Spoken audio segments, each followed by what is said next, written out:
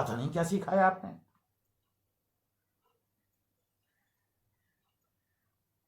ہم مسلمانوں کو اسلام پھیلانے کا حکم ہے، اپنے کردار سے، اپنے اخلاق سے، اپنے رویوں سے، اپنے کیریکٹر سے.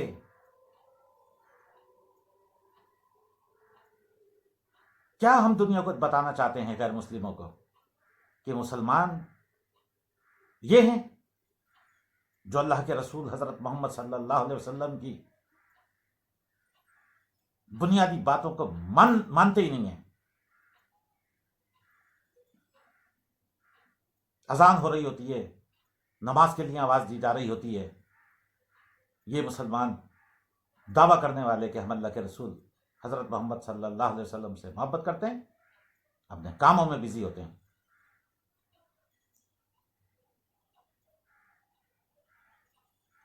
مسلمانوں کو، ہمارے مسلمان علماء کو، اکابرین کو، جو پیر و مرشد ہیں، ان کو یہ چاہیے کہ وہ اپنے ان مسلمانوں کو جو ان کی پیروی کر رہے ہیں، جو ان کو مانتے ہیں، ان کو کم از کم اللہ کے رسول حضرت محمد صلی اللہ علیہ وسلم سے ٹھیک سے تعارف تو کروائیں.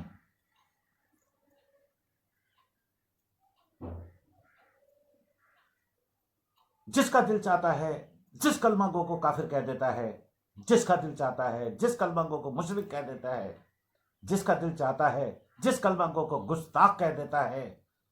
ٹھیکیدار بنے ہوئے آپ کو تو یہ بھی نہیں پتا کہ آپ کو کس وقت اور کس طرح، کس حالت میں، کس جگہ موت آئے گی، اور انداز ایسا اختیار کرتے ہیں کہ ایک ہتھیلی میں آپ کے جہنم ہے، دوسری ہتھیلی میں آپ کے جنت ہے، جسے آپ چاہیں گے دیں گے، جسے آپ چاہیں گے بانٹیں گے، جس سے چاہیں گے جنت کا حق چھین لیں گے، جس سے چاہیں گے آپ جہنم کا حق چھین لیں گے. ایسا نہیں ہے، یہ دلوں کے معاملات ہیں. ہم نہیں جانتے کہ کس مسلمان کا، کس فرقے کے مسلمان کا اللہ کے ہاں کیا مقام اور مرتبہ ہے.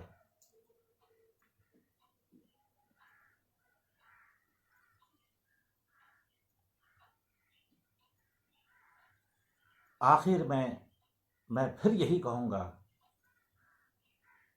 کہ میرے ماں باپ، میرے بہن بھائی، میرے بیوی بچے، میری جان، مال، عزت اللہ کے رسول حضرت محمد صلی اللہ علیہ وسلم کی شان، مقام اور مرتبے پر قربان. اگر اللہ مجھے لاکھوں کروڑوں بار یہ جان دے تو وہ بھی قربان. ہم پتہ نہیں کون سا ہم لوگوں کی جانیں قربان کر رہے ہیں، اپنی نہیں کر رہے، اپنی جان قربان نہیں کر رہے. جو رسول اللہ صلی اللہ علیہ وسلم نے ہمیں سبق دیا اس کا بالکل الٹ کر رہے ہیں. یہ اسلام پھیلا رہے ہیں ہم. آپ سوچئے تو صحیح کہ اس عمل سے غیر مسلم کیا ہمارے رسول حضرت محمد صلی اللہ علیہ وسلم سے محبت کریں گے؟ کیا ان کو اسٹڈی کرنے کی کوشش کریں گے؟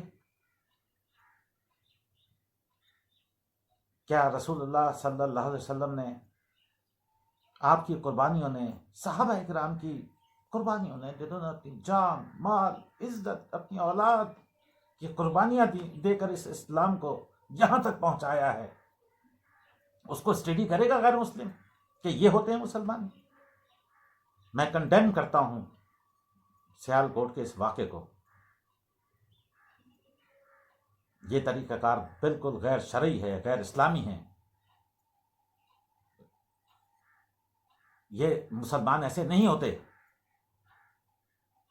میں تمام دنیا کے انسانوں سے شرمندہ ہوں، تمام دنیا کے، چاہے ان کا تعلق کسی بھی مذہب سے ہو، سب سے میں شرمندہ ہوں. اللہ کی قسم ہم مسلمان ایسے نہیں ہیں. یہ جاہل مسلمان ہیں جن کے پاس کوئی علم نہیں ہے، بس دعویٰ ہے. تو میں ہاتھ جوڑ کے معافی مانگتا ہوں ساری دنیا کے انسانوں سے، تمام مذہب کے انسانوں سے. کہ یہ غیر انسانی سلوک اسلام میں نہیں ہے، مسلمان یہ حرکتیں نہیں کر سکتا۔ ان للہ و انا الیہ راجعون، ہم سب کو اللہ کے حوالے ہیں۔ ممکن ہے کہ اس میرے بیان پر مجھے قتل کر دیا جائے، میری اوپر آگ لگا دی جائے، کوئی حرج نہیں ہے، لیکن حق بات کہنی ہے۔ اور علماء کو بھی چاہیے کہ وہ اپنے ماننے والوں کو اللہ کے رسول صلی اللہ علیہ وسلم کی حیات طیبہ تو سکھائیں۔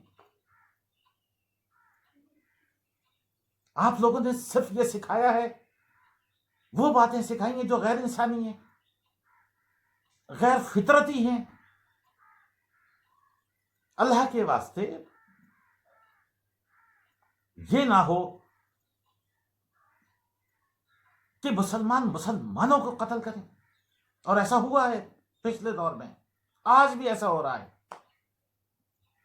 یہ مسلمانوں کے رویے نہیں ہیں۔